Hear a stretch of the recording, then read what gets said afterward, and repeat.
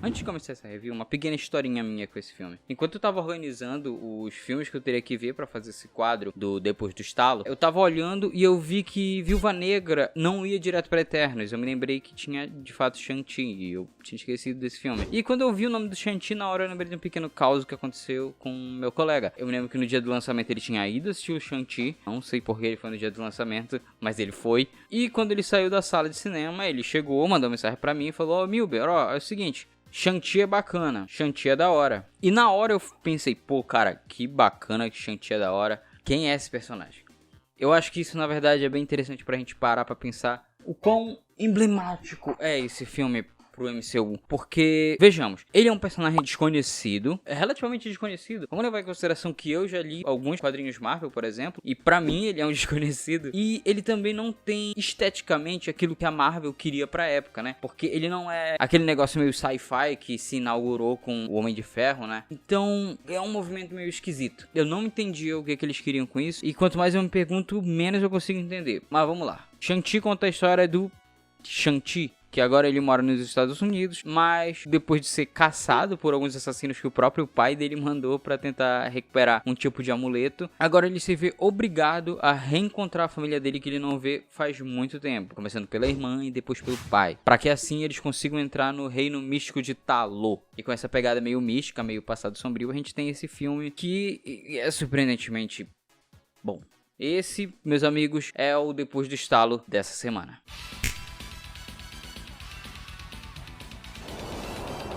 Olá, eu sou o Milberu. Nesse quadro a gente faz algumas reviews de todos os filmes que saíram da Marvel depois do Vingadores Ultimato. A gente vai analisar todos os filmes que foram saindo e especificamente os filmes. Eu não vou falar aqui de série, de quadrinho, de nada. Vamos analisar só essa veia. Vamos falar primeiro do que esse filme faz. Esse filme ele faz exatamente o que se espera de um filme desse calibre. Ele tem efeitos visuais massa, coreografia de luta massa, edição massa, roteiro massa.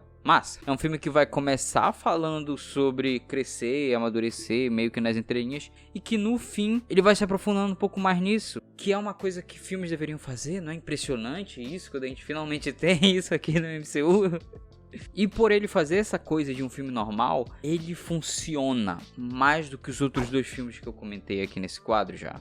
Ele coloca um contexto ali que funciona tanto para o ambiente interno quanto para o ambiente externo e mostra esse nosso protagonista que ele parece ser um pouco apático, parece ser um pouco reativo, não toma as rédeas da própria história, esse tipo de coisa. Para contrapor isso, o filme coloca também a Kate, que é uma personagem que, a priori, ela é você, telespectador, que ela também tá aprendendo sobre tudo isso enquanto o filme tá rolando, então ela é você, só que ela é super divertida, ela é carismática, ela faz piadas, etc, etc, etc. O interessante é que ela é uma situação análoga dele, mas não totalmente, então a gente tem esse paralelismo que não é 100%, eu acho isso super útil pra narrativa, e essas duas coisas vão andar de maneira orgânica. Parece ser uma coisa muito fácil de se fazer, mas na prática não é não. Você olhar os dois outros filmes, você vê que não é uma coisa tão fácil de se fazer. Então a gente tem dois personagens trabalhando em conjunto e que fazem sentido trabalhar junto. Ainda falando sobre a Kate, ela é uma personagem com uma personalidade muito forte, que ela não tem necessariamente o arco dela resolvido, mas não necessariamente é um problema, porque o filme claramente mostra pra você que ela é você, né? Então tem esse pequeno ponto, mas não chega a te tirar do filme o fato de que o conflito dela não tá resolvido. Mas a priori você tem esse pequeno núcleo de personagens. Um cara que tá fugindo do passado e uma moça que tá fugindo da responsabilidade de ser adulta. É um paralelismo bem legal. E quando acontece a cena do ônibus, por exemplo, que sinceramente é uma das melhores cenas da MCU até agora, por enquanto, ela é super emblemática pra você entender os riscos do que vão acontecer dali pra frente. E tudo isso simplesmente em pouquíssimo tempo de tela. Shang-Chi é um filme muito ligeiro, muito rápido e muito contido no que ele pode e precisa falar. E até num outro sentido, a cena do ônibus ela é útil porque ela vai te fazer entender como é que vai funcionar o ritmo desse filme. Ela vai te dar uma boa explicação, bum, explosão. Vai te dar uma boa explicação, bum, explosão. Essa escolha de ritmo, ela funciona bem, mas ela acaba complicando um pouco pro próprio filme, porque vai fazer esse filme parecer um pouco mais inchado do que ele realmente é. E ele não é um filme inchado, ele é super enxuto, na verdade. Porque se você analisa bem, Shang-Chi é um filme super simples, super direto. É um cara e uma amiga que um dia tem um chamado pra entender uma noia do pai dele de que a esposa morta dele tá viva, na verdade. Ta Lo é uma sociedade mística escondida que tá no meio disso. É muito simples. Para isso, o filme vai andar basicamente por 4 lugares: Estados Unidos, Bangkok, Ta Lo e a sede dos 10 Anéis, que é do pai dele. Em cada uma dessas locações vai acontecer exatamente essa estrutura que eu falei. Só que aí você nota, em todos esses locais vai acontecer isso, e em todos os locais vai parecer um episódio de uma série, e aí vai parecer que é um pouco mais inchado do que realmente é. Depois eu volto nesse ponto. Isso pra um filme que é direto ao ponto como esse, faz ele parecer que aconteceu muita coisa, quando na prática não aconteceu tanta coisa não.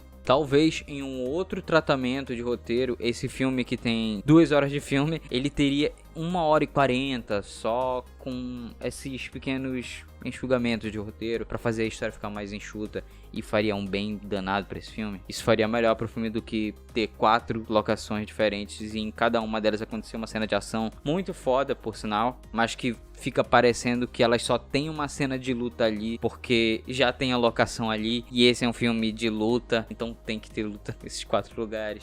Óbvio que eu não tô falando em termos de set, né? Em set, obviamente, a gente tá falando de várias outras locações que foram utilizadas. É até mais interessante você pensar nessa estrutura, porque, como eu disse lá atrás, fica parecendo uma série. E meio que Shang-Chi é uma minissérie sem ser. Pensa comigo. Vamos fazer esse pequeno recorte aqui, fazer esse pequeno exercício. No primeiro episódio da minissérie, a gente teria um contexto melhor da vida do Shang-Chi e um pouco mais do conflito interno dele. No segundo episódio, eles vão se encontrar com a Xiu Shang. No terceiro episódio, tem toda a questão do pai dele e do Mandarim. No quarto episódio, eles se conectam a Ta Lo. E no quinto episódio, é o confronto final. Percebeu como esse exercício que eu comentei é um corte muito fácil de você fazer nesse filme? Isso porque o filme é muito picotado. E não me entenda errado, o momento a momento desse filme em termos de edição, ele é talvez o filme mais bem editado que eu já fiz review até agora desse quadro. Não, talvez não. Esse é o filme mais bem editado desse quadro por enquanto.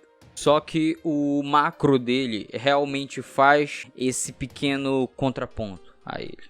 No final das contas, a gente tem um filme longo no que ele se propõe a fazer, mas curto no que ele realmente poderia fazer. Outro ponto que tem uma incongruência é a estética, né? Ele não é um filme feio, mas ele muitas vezes, por ele tá na celeuma, que é o MCU, ele não necessariamente sabe como que ele vai apresentar esses personagens. Se vai ser super saturado com uma iluminação suave, se vai ser aquele negócio mais lavado, como era, por exemplo, no Guerra Civil. E aí ele fica trocando essa estética e por ele passar por esses 4 lugares muito distintos entre si, o filme não sabe necessariamente como que ele vai evocar tal sentimento de uma certa maneira para que tudo pareça coeso. Ele vai fazer um esquema de cor para uma parte, um esquema de cor para outra parte e assim por diante. Pequeno parêntese, isso não é necessariamente um sinal de um cinema ruim, pelo contrário, mas o fato de que nada lhe tem necessariamente uma coesão estética, isso sim é um problema. Mas essa estética flexível acaba funcionando muitas vezes a favor do filme, apesar disso ser um problema. Porque dessa maneira faz com que o filme fique mais linear, mais progressivo. E esse roteiro exige que tenha uma direção mais linear e progressiva. O filme começa mais desaturado, o Shang-Chi parece mais fraco e assim por diante. E aí, com o passar do filme, ele vai ficando mais colorido. E isso é uma marca de cinema bem feito. Até estranho eu estar falando desse jeito, mas é... Ele faz essa escolha de transformar o filme colorido com o passar do tempo para mostrar sobre traumas geracionais. Isso sem contar as expectativas geracionais. Esse filme, ele é muito sobre isso também. Até porque, convenhamos, esse é um filme de um filho contra um pai que meio que culpa o filho pela mulher ter morrido. É uma coisa legal, assim, que nunca aconteceu na vida real. Mas no meio disso o filme comete 2 erros que são bem relevantes, parecidos com aquele de ritmo, só que o de ritmo ele vai durar o filme todo. Esses 2 aqui são mais pontuais. Esses 2 pontos negativos servem para mostrar que o filme é eficaz, mas ele não é eficiente, até pelo que eu falei de ritmo. Mas enfim, vamos para os 2 pontos que eu comentei. Ponto 1, não fale, mostre. Esse filme meio que se recusa a mostrar quem é ou quem era o Shang-Chi. Tipo, a gente literalmente descobre que ele assassinou um cara e não é mostrado pra gente. Talvez pra gente não perder a empatia com ele, mas o filme tem medo de fazer isso, é super esquisito. Mas mais do que isso, o passado do Shang-Chi vai sendo mostrado de maneira picotada, como muita coisa nesse filme, aliás. E esse pequeno meio que efeito Kuleshov faz com que o nosso sentimento pelo Shang-Chi seja muito mais condensado do que de fato construído. Talvez se tivesse um flashback no começo, ou um flashback em outro ponto, tipo assim, um pouco mais direto sobre o passado do Shang-Chi, a gente não ficaria tão apático com o próprio drama dele. Você mostrar primeiro quem ele era e depois uma consequência disso, causaria uma melhor impressão do que um flashback antes de algo relevante de fato acontecer, porque ficaria claro o motivo dele. A maneira que o filme funciona deixa com que essa margem para absorvermos a ideia fique muito menor. Esses são problemas que poderiam facilmente ser corrigidos só na fase de montagem de filme. Deixaria o filme mais longo? Sim, mas faria com que a gente sentisse um pouquinho mais de empatia pelo nosso protagonista. E falando nele, ponto número 2. Por que Shang-Chi? A gente termina o filme mal entendendo o nosso protagonista porque a gente não vê ele diretamente. A gente tem o ponto de vista mais externo, que é o da Kate, né, sobre ele. E, como eu já disse, você é a Kate. E apesar de que isso faz com que você se sinta um amigo do Shang-Chi, você não sente que você é o Shang-Chi. Quando a gente vai pro flashback dele, até nisso, fica um pouco estranho porque, tipo, tá, eu tava ali, agora eu tô aqui. É uma espécie de coisa que não parece um problema, mas é um problema. Porque, por exemplo, a gente vê o Shang-Chi muito mais direto ao ponto. A gente mal consegue, de fato, conceber o dano que o pai causou nele. É dito isso pra gente, mas é mal mostrado. E por esse motivo, muitas vezes quando a gente vai reassistir esse filme, a gente para pra pensar que, sabe, um personagem que a gente olha as consequências, ouve as consequências e vê as consequências? A Xiu Shen. O trauma e o impacto que o irmão e o pai têm na vida dela é muito mais visível por causa de toda aquela locação que a gente vai encontrar ela do que o irmão, que tá tendo uma vida normal, relativamente normal. Fica realmente parecendo que não tiveram efeitos negativos na vida do Shang-Chi ele ter tido o passado que ele teve. A Xiu Shang não. A gente vê e sente o que ela passou.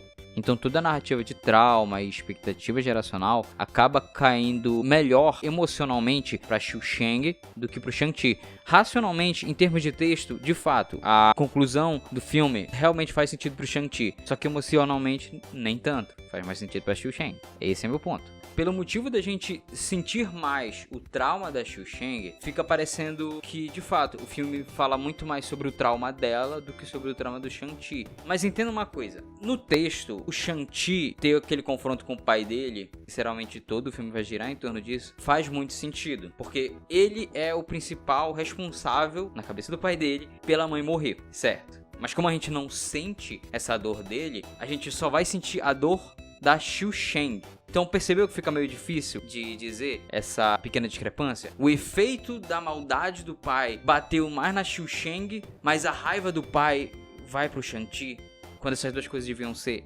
a mesma? Falando desse jeito, fica parecendo que eu não gostei do filme, mas a real é que eu adorei esse filme, de verdade. Eu não esperava que fosse gostar desse filme tanto quanto eu gosto na prática. Eu só tô dando ênfase nesses defeitos porque meio que são os defeitos mais gritantes desse filme. Mas de resto, ele é muito bom mesmo. É um filme que simplesmente sabe a história que ele quer contar, então ele sabe no que focar. Por exemplo, a coreografia de Kung Fu. Ela, além de ser foda, ela consegue ser tematicamente coesa e coerente. Ela faz... Ah, meu Deus. Ela faz aquilo que musicais fazem, musicais bons fazem, em que a narrativa ela tá acontecendo enquanto os personagens estão cantando e dançando. A coreografia e a letra deles tá fazendo a história andar, ao invés de ser só uma replicação do que a história tá acontecendo naquela hora. Eu acho que é a 4ª vez que eu menciono musical nesse canal. Eu peço desculpa, não se desinscreve, por favor. Mas, por exemplo, na cena do prólogo, em que o pai do Shang-Chi e a mãe dele também estão lutando / dançando, você entende exatamente o que está acontecendo ali, mesmo sem, sei lá, ter um conhecimento profundo de Kung Fu. Você consegue entender, e isso é ótimo. A história tá andando na sua frente, sem ninguém falar nada. Eu sei que isso parece meio básico, mas cenas de lutas deveriam ser sempre isso, deveriam ser contraste, um duelo de ideias, a ideia A contra a ideia B, ou o simbolismo A contra o simbolismo B. Isso que faz as cenas de luta serem de fato marcantes. E isso pelo fato de que, como eu disse, esse é um filme que sabe o que quer contar. Ele sofre algumas pequenas sabotagens por causa das questões da Marvel, que inclusive esses problemas do MCU em si funcionar dessa maneira, eu tô dando uma pequena colher de chá, porque esses não são problemas de fato de filme, são problemas da fórmula Marvel que vão entrar aqui. Então, tudo que eu falei ali atrás é relevante, mas isso aqui também vai entrar. Por exemplo, o fato do humor do filme acontecer além da Kate. Sempre quando acontece alguma piadinha que não necessariamente tá ligada a Kate, sempre vai ser uma coisa que exige um certo grau de descrença da coisa. Tipo, você acredita que a gente tá fazendo isso? É muito bosta, porque, bom, a gente tá vendo aqui uma história com características místicas. É importante que você aceite que essas coisas funcionam desse jeito. Então, é meio que over. Tipo, a gente já tem uma personagem que faz esse tipo de comentário e que já é a gente. Então, ela fazer esse tipo de comentário faz muito sentido, mas o filme ainda acha que é pouco. Então, ele vai colocar mais coisa lá. Outra coisa que eu acho muito ruim, que a Fórmula Marvel meio que sabota, é pelo fato de que isso aqui tá dentro do MCU, ele precisa dar uma informação para as pessoas que estão mais ligadas a ele em si. Então, ele precisa dizer que os 10 Anéis são uma invenção de uma outra raça alienígena, ao invés de simplesmente ser um bagulho místico e que, sinceramente, faria todo sentido para esse filme. Às vezes, magia é só magia. Essas duas coisas aqui que comentei, elas são muito escrotas, na verdade. Elas são muito escrotas. Elas conseguem te deixar de fato desconfortável, porque mesmo que você não, sei lá, seja tão chato como eu, você sente que tem uma coisa diferente ali, que tem outro tipo de mão. O filme tem um tipo de mão, e aí naquele momento o filme tem outro tipo de mão. É desconfortável. É muito desconfortável. Mas que, mesmo assim, esse filme consegue ser competente. Impressionante. Por causa disso, na tier list do Depois do Estalo, esse filme vai receber o rank B. Considerando tudo que a gente viu aqui até agora, esse filme é absolutamente genial. Mas ele é nota B. Ele é quase ótimo, ele é bom. Muito bom. Recomendo. Mesmo se você for aqueles maluquinhos que só assiste filme da Marvel pra saber o que vai rolar depois daquilo, assiste esse. Porque pelo menos ele é divertido. Antes de encerrar essa review, um pequena coisa. Na reta final desse filme, toca uma música que é Fire in the Sky, do Anderson .Paak, que, se eu não me engano, é uma música original pra esse filme. É um curioso caso que essa música é um puta de um banger. Tipo, desde o momento que eu vi esse filme, eu não consegui parar de ouvir essa música. E ela é muito, muito, muito boa. Então, se você assistir esse filme e essa música passou direto por você, cara, reouve, porque ela é muito boa. E outro negócio que me deixa pensativo sobre essa música e filme em geral é porque ela não conversa com nada do tema do filme. Ela só tá lá e é um puta de um banger. É engraçado demais. Mas é isso, Shang-Chi, muito bom. O vídeo de hoje vai ficando por aqui. Muito obrigado se você assistiu até agora. Esse foi o Depois do Estalo. Nesse canal a gente tem review de várias outras coisas. Considere dar uma olhada nos outros vídeos fora desse quadro. Mas o próximo vídeo desse quadro é obviamente Eternos, porque a gente está seguindo a ordem de lançamento. Muito obrigado se você assistiu até aqui. Valeu, abraço, falou e até a próxima.